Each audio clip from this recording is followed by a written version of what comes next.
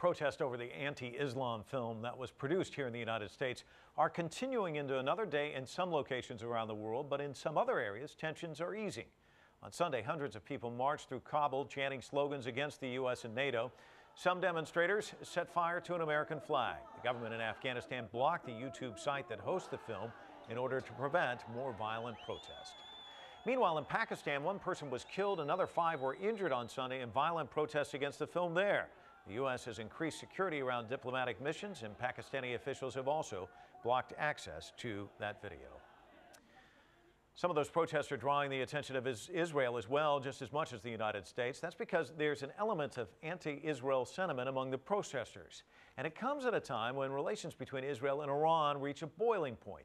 CCTV correspondent Roee Ruttenberg has more from Tel Aviv. The streets of Tel Aviv were expectedly busy ahead of the Jewish holiday season, but the streets of the region were on everyone's mind. They are burning lots of flags, people are going out in the streets, there are demonstrations, crazy protests in Libya.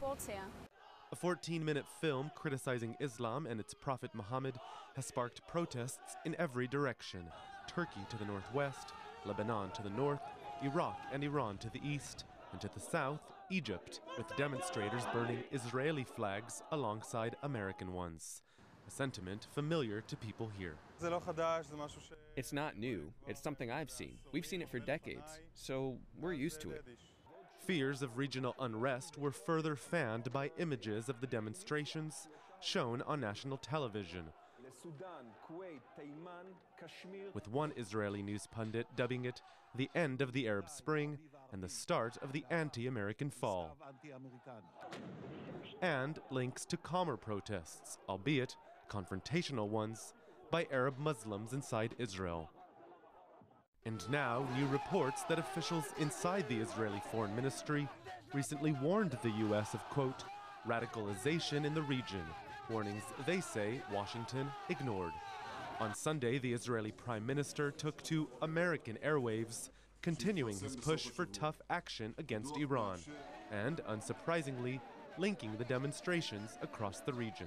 Iran is guided by a leadership with an unbelievable fanaticism. It's the same fanaticism that you see storming your embassies today. You want these fanatics to have nuclear weapons? Officials here expect the protests across the region to die down in the coming days.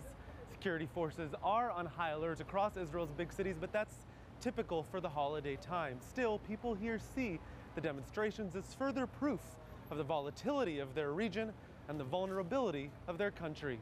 Roee Ruttenberg, CCTV in Tel Aviv, Israel.